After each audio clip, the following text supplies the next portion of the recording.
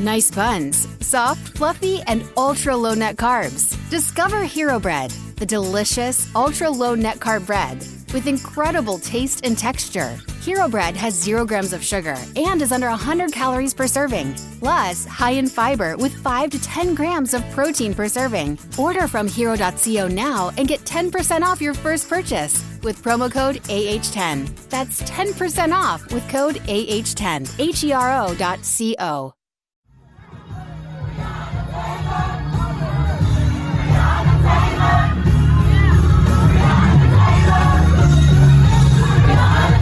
This is Make It Plain. Make It Plain. MIP With Masamela Matfumo. Mark Thompson. Make It Plain. Get woke.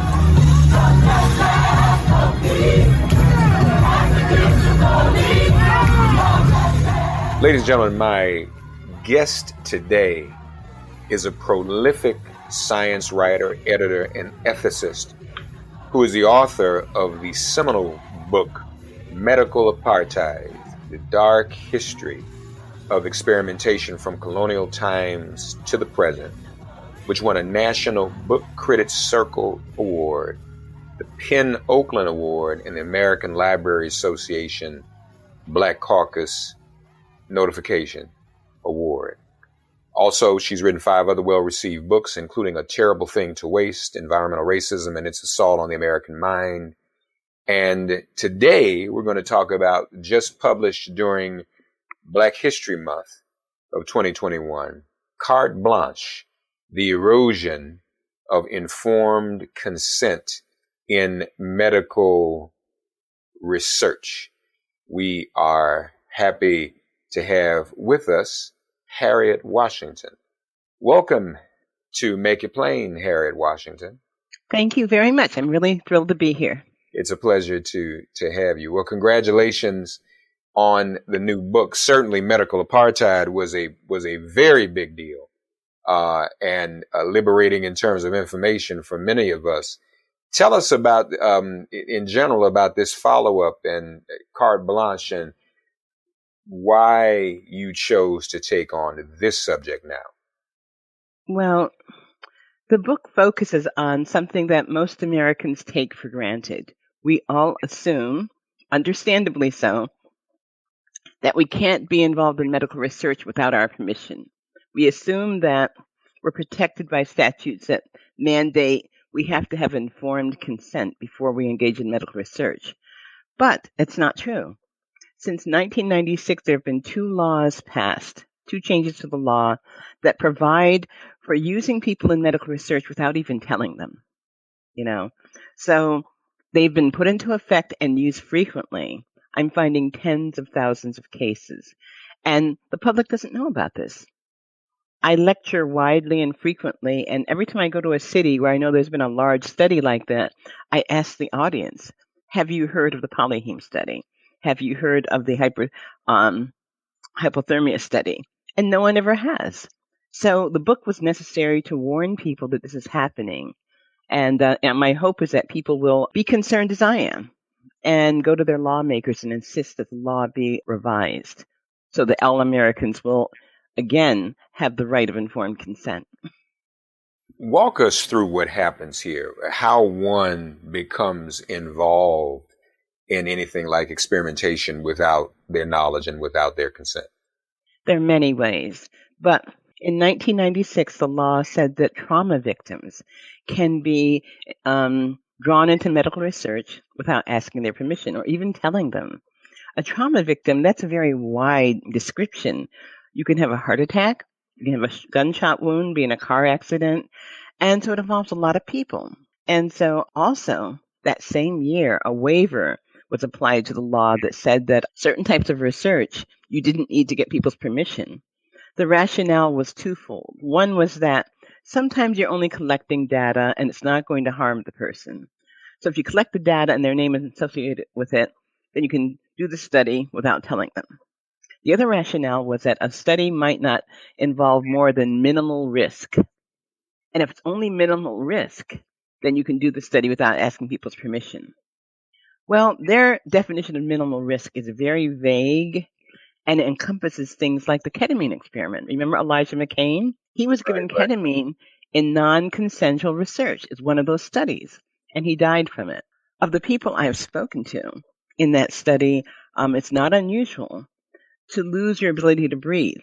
So if you put on a ventilator, what happens is the ambulance comes, the police or ambulance decide that you are agitated. They inject you with ketamine without your knowledge. You wake up the next morning in the hospital on a ventilator. The unlucky ones, like McClain, die. That's a kind of study that has been allowed in this country since 1996, and people don't seem to be aware of this. And are we finding once again that this type of uninformed or consent, shall we say, is disproportionately affecting African Americans? Without all the data, we just can't know. Mm-hmm. I think it's a danger for all Americans. Anybody can be infected by this law. But I will say that when I looked into the ketamine study, I found a few people who had been subjected to it, wrote about them, and only afterwards did I realize that every one of them was African American. So that's not proof at all. And so we just don't know. But if this study follows American patterns, I would not be surprised to find that it's primarily people of color. Yeah. So we can find ourselves in situations where we're in the hospital, emergency, and what have you. You're saying that when we're there, decisions can be made while we're unconscious, even that we'll never know about, correct? Possible, but it's more likely that it happens outside the hospital. We don't actually know everything that's happening in hospitals, especially with coronavirus. Now that hospitals are closed institutions, your family can't go visit. You may be unconscious. We just don't know what's happening there. We know some things that are very troubling, and I talk about those as well. But the studies that I know of that I've described are things that happen outside the hospital where the ambulance attendants make the decision, or they're recorded by computer to enroll you in the experiment. So it happens outside the hospital, but it's continued within the hospital often. This is alarming. What can people possibly do about this? Very little, unfortunately. An individual person has no power here. If I'm stopped by the police and they decide I'm acted in an agitated manner, and I'm in Minneapolis or parts of Colorado or the cities where these laws are being conducted, nothing can stop them from telling them to inject me with ketamine, and I might die or wake up in the hospital on a ventilator. So an individual subject has very little power, probably no power. But this is a problem that has been engendered by laws. And my idea is that what we need to do is be aware of the laws and then band together to insist that they be revoked. That's what needs to happen. So my hope is that people reading this book and learning of this will get together and let their lawmakers know they're opposed to this. I'm sorry, go ahead. Forgive me. Go ahead. I just thought of a minute. I want to add this. Part of the problem here is a larger problem that I wrote about in an earlier book, Deadly Monopolies. And that is that, lobbyists have no place in healthcare as far as I'm concerned. But lobbyists pay lawmakers a lot of money to pass laws that are friendly to their corporation, friendly to the institution. But these laws often run counter to what we need. So if we need to get rid of healthcare lobbyists, it's a larger picture. So elected people will pass laws that we want passed, not pass laws that companies want passed. Because, not using informed consent is good for companies. They don't have to spend time and money on notifying people about their studies. They can just use the bodies. That is very, very troubling. How is this problem exacerbated? Well, you alluded to it in terms of what we can and cannot see in hospitals, but are there other ways, even before you get to the hospital, that it's exacerbated in this COVID culture in which we live right now? The ambulance is a really interesting institution because we think of it as life-giving, right? And most of the time it is. But it's also becoming a site for abuse, in my opinion. When an ambulance goes outside of its role of getting you to the hospital quickly and becomes a site of experimentation without consent, that's part of the problem. That's what we're seeing now. the polyheme study of artificial blood used an ambulance where the attendants were told by computer whether to give people standard of care or the experimental treatment. And with ketamine, ambulance attendants are told they're given discretion to give a patient ketamine or not doctors, ambulance attendants. And the police have been accused of sometimes encouraging or even, coercing them into giving ketamine to people. So that's a really interesting and very troubling change. The role of the ambulance really needs examination. I didn't really get into this in the book, but one of the things that alerted me to the dangers here is thinking about ambulances, how they have a different history with African Americans and white people. African Americans in the South especially, but also in the North, often were not helped by ambulances. They wouldn't pick up Black people and take them to the hospital. So instead, in the South particularly, you know what they use to transport people to medical care if they're Black? What's that? Hearses. Yes. The Wow. funeral companies would let their hearses be used. And Black doctors, older Black doctors, are often like bitterly ironic, saying, yeah, well, it's appropriate because you put them in a hearse, and then they would tool from town to town, desperately looking for a hospital that would take a Black patient until they died. So the role of the ambulance, the changing role here is something that we really need to pay attention to and make sure it changes in a way that's actually going to support our health and not abuse. Yeah. Wow. What gives the ambulance that type of carte blanche and power? Is it the laws themselves? I mean, most people don't think of, the ambulance having that much authority. Exactly. It's policy. It's not a law that I know of, and I think I would have found if there were one. It's rather the fact that a lot of the rationale for not using informed consent, the rationale for not telling people what you propose to do with them and getting their permission, is it's quicker and easier. The emphasis is on urgency. So the idea is we want to get these people, we want to get as many as possible, as quickly as possible. The ambulance is the best way to pick up people who are unconscious and may not be in a condition to complain if they're used in research without their permission. And so the urgency makes the ambulance like the perfect instrument for robbing people of consent. And that's a policy that I don't think really comes from I really don't know how much comes from the ambulance companies. I think it has to do more with hospitals and their decision about where they're going to center the research. Interesting. So the hospitals are making that policy. No, I said I think. I can't be certain about that. It might be, some might argue it's collusion between ambulance companies and the hospitals. I really don't know. I did not examine that. There were things I thought were more urgent, but it's a good question. It deserves an answer. So after we get to the hospital, now when you get to the hospital, you get the question, actually the only question you get nowadays is whether or not you have a living will or directive. But when it comes to the experimentation, what's the difference there? Is it just as bad when we get to the hospital? It depends on the study, but when you get to the hospital, there is still no one to ask you your permission or to tell you what happened, depending on the study. But for the ketamine study, you wake up the next morning on a ventilator very often, and there's a form. And the form says it's a consent form, and it's asking your permission to be in the study. And it says, if you don't want to be in the study, just let us know, and we'll take you out.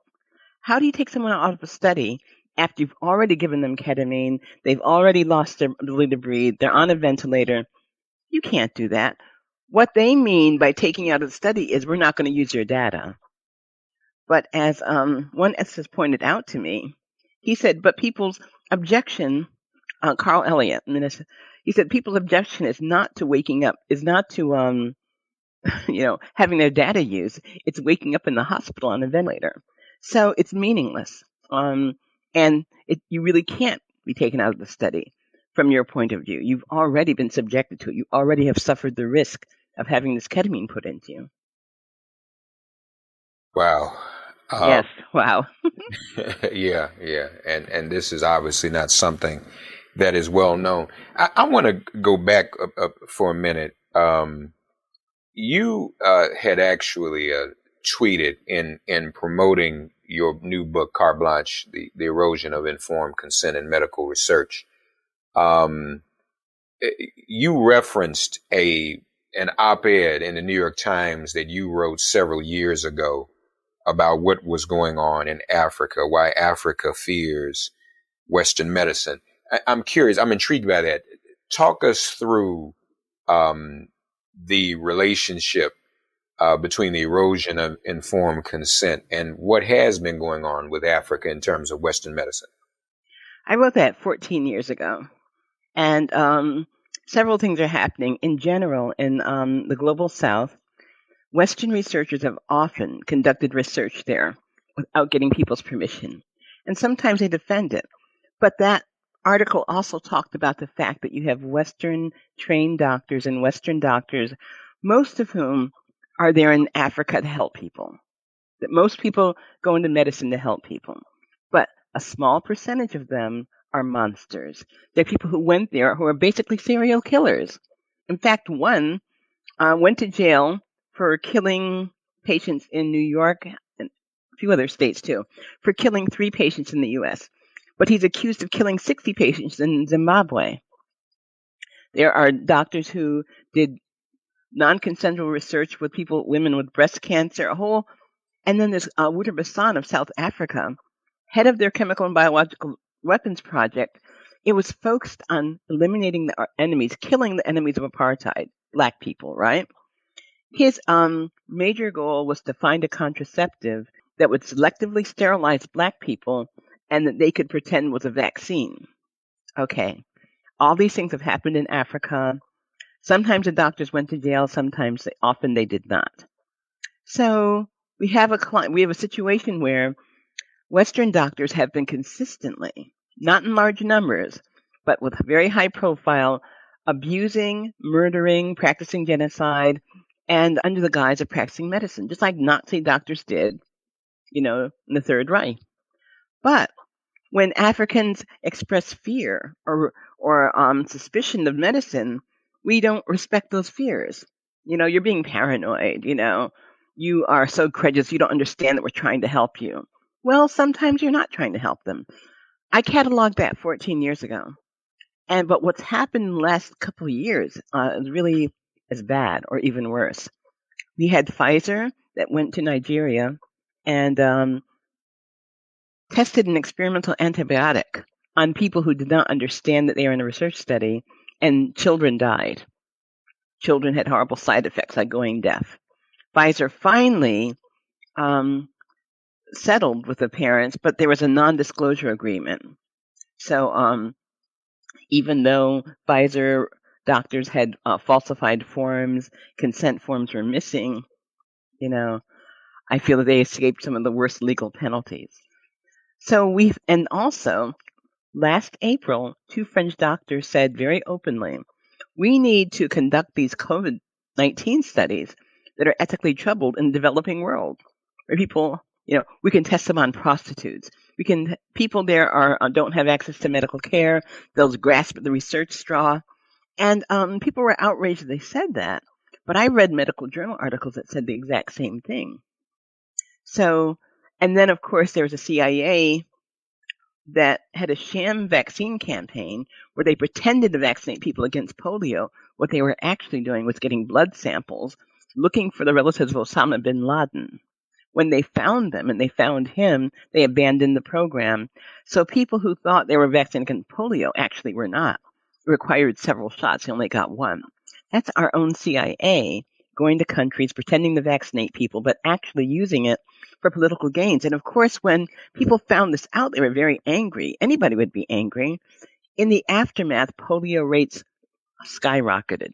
People didn't want to accept polio vaccine, understandably. But when we talk about people rejecting polio vaccine in the third world, it's always language around how dumb they are to do it and how they're so fearful for no reason and so suspicious and paranoid. So we need to do a better job of respecting the fears of people who are avoiding medication and vaccines, to understand why, and realizing that we play a role in that.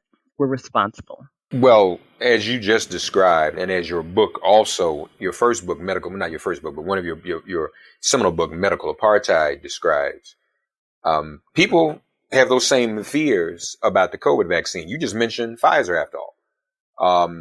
And they're, doing the COVID vaccine. There are especially African Americans who are afraid of getting this vaccine. What's your response to that? I'm not sure that's true. Let's look at what's happened past year. When we were doing clinical trials, every single day I read headlines in the newspaper. I read journal articles saying African Americans aren't joining these trials. They're afraid of medical research because of Tuskegee. They won't join the trials. That's all you heard. Well, I couldn't find any data, though. If that's the case, tell me the numbers. No numbers anywhere. I finally called a researcher at Johns Hopkins who was very responsive and very generous, and she sent me the original data. 10% of people in the Moderna trial were African American.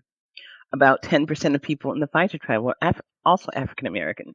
African Americans make up 12.3% of the population in this country. That means they were volunteering at the same rate or very close rate to their population. They were not at all exhibiting any aversion. It simply wasn't true. What's interesting about this is I wrote this up for a national magazine. It is basically reluctant to publish it. They keep asking me more and more questions. I give them more and more data. And finally, they said in an editorial note, "Are you saying the media got it wrong?" Like incredulous. I'm like, well, yes, that's exactly what I'm saying. The media got it wrong. Well, no, let me just say, and that's fine. Although I've even had some, pretty reputable African American healthcare folk on this show, physicians, doctors, who agree that African Americans were not as involved in the clinical trials as they could and should have been. But even with that, the conversation in the Black community today is still a level of paranoia about the vaccine. I don't think so. I don't think so. First of all, the term paranoia refers to an unfounded fear. It's wrong. You're correct. Apprehension. Yeah. Is the term I should use is what is called a rational apprehension. Right. I like the term iatrophobia. It means a fear of healers, a fear of medical care. However, I don't like $10 words, but that one is really appropriate. However, the fact that some people feel differently, that's fine. We can certainly have different opinions. I like to have my opinions guided by the facts, and I'm just sharing what the facts told me. A 10% representation does not reflect a wide-scale refusal to engage when you're only 12% of the population. So my question becomes, now that we're reading every day again about how African Americans are avoiding the vaccine, how true is it? Without the data, you can't know until you know the data, but there are things that make me question it. Number one, we just saw a pattern where the figures were misrepresented in this very same way. And number two, the fact that African Americans are signing up at a lower number doesn't mean that they're signing up at a lower number because they're afraid of the vaccine or don't want to take the vaccine. It means that it may mean they have less access to it. And the reality is that we have policies that hamper the access of African Americans to the vaccine. Prioritizing people who are very elderly makes sense. They have a very high rate of vulnerability, right? But so do African Americans. And we have prioritized people who are 85 and plus. People who are 90 years old in this country are twice as common among whites than blacks. We're a very young population. Hispanic Americans are a young population. Native Americans are a young population. We have a lower life expectancy, and so the median age is a lot lower. Fewer of us are going to reach that age where we're prioritized, which means that invoking age absolutely means that you are barring African Americans. So that's one problem. And then two, there are other problems related to our lower access to health care. We're less likely to have our personal doctor. The safety net hospitals near us are closing. So there's that. Because of our hampered access to healthcare, hampered access to the vaccine, there's also, well, there are other things as well. Designating our policies that designate who gets priority tend to conflate status and risk. So if you look at hospitals, for example, certainly healthcare workers on the front line should be prioritized. They're at high risk. But as we know, the people who also clean the hospitals, who feed the patients, the lower status people there are also at high risk, but they're not prioritized in the same way. So there are a lot of factors here. And focusing only on a putative reluctance by African Americans is simply inaccurate. And more than that, it's unethical because it casts sort of blame the victim scenario. It's not that we don't make vaccine available to you, you're choosing not to take it. Well, it's a lot more nuanced than that, and we need to recognize that. No, I would definitely agree. So, in the meantime, on the erosion of medical consent, obviously people need to be informed. But then, what do they do about it? Are there ways that you think people should begin to try to figure out how to affect policy and get to the bottom of who makes these policies and get in the middle of it? Right. As I detailed, the policies operate against people's ability to have any real individual power or authority here. So the agency has to come from banding together and confronting lawmakers. If you band together with whatever group you belong to, say you're active in a sorority, say you're active in, fraternal organization or NAACP or any group that you're in, if you read this book and you're concerned about it, as I think you should be, make it a priority in that group to reach out to your lawmakers, depending on where you are, municipal or state lawmakers, and let them know that this policy is not acceptable to you. Because a change in the law allowed this. We need a change in the law. It also would really help if, and this is a long term, I wrote in Medical Apartheid that part of the problem has to do with the way hospitals and medical centers interact with the people who become their subject pool, people who live in their catchment area. They have these IRBs, these boards whose job it is to evaluate medical research. But the law says they only need one person on the board who's not affiliated with the hospital. So you end up with, say, 10 or 15 scientists and one person from the community. One person can have no agency or power in that situation. I proposed back in 2007, we should have IRBs that are half people from the community and half scientists. That way people from the community could have a real say in the type of research that gets funded and approved. And also in cases like this, people from the community could make it clear to the hospital this is a priority for us. The IRB, as it stands now, might be in favor of these kind of studies and might not be, depending on which one it is. But if people from the community feel strongly about it, that would give them a chance to actually turn their feelings into some real effect. They could actually have some real power by hampering the ability of the medical center to approve studies until this is addressed. So getting together with whatever group that you're active in and approaching lawmakers and letting lawmakers know it's unacceptable and it needs to be revoked, I think is the best and most direct step. Folks, the latest book, Carte Blanche, The Erosion of Medical Consent, the latest from Harriet Washington. What's your next subject? What's your next book? It's been a very tiring year.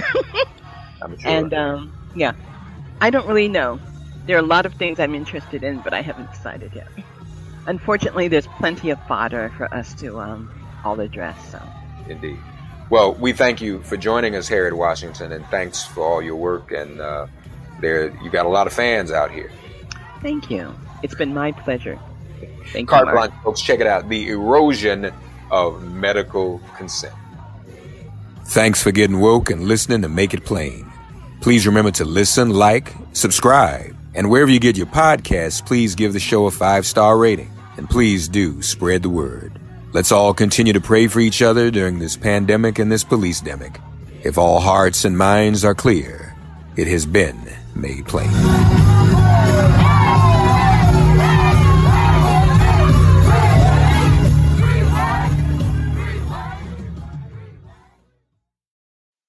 Not all bread is created equal. And if you like yours soft, fluffy, moist, and delicious, then Hero Bread and Buns should be your first choice. But Hero Bread isn't just about taste and texture.